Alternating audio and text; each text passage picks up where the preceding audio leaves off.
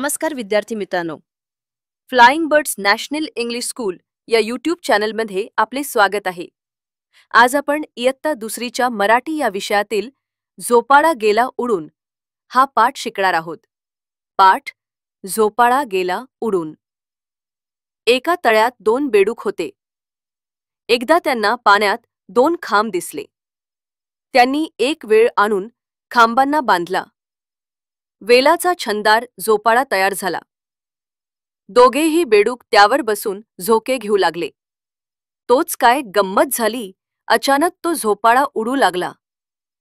ते 2 खांब नसून एका बगळ्याचे पाय आहेत. हे लक्षात आल्यावर बेडकांनी पटकन पाण्यात उड्या मारल्या. खरंच मित्रांनो, झाली की नाही गंमत, हो की नाही? हा. अशाच आणखी नवनवीन पाठसाठी आम्हाला लाईक करा, सबस्क्राईब करा. धन्यवाद. भेटूयात पुढच्या पतमध्ये. तोपर्यंत बाय बाय.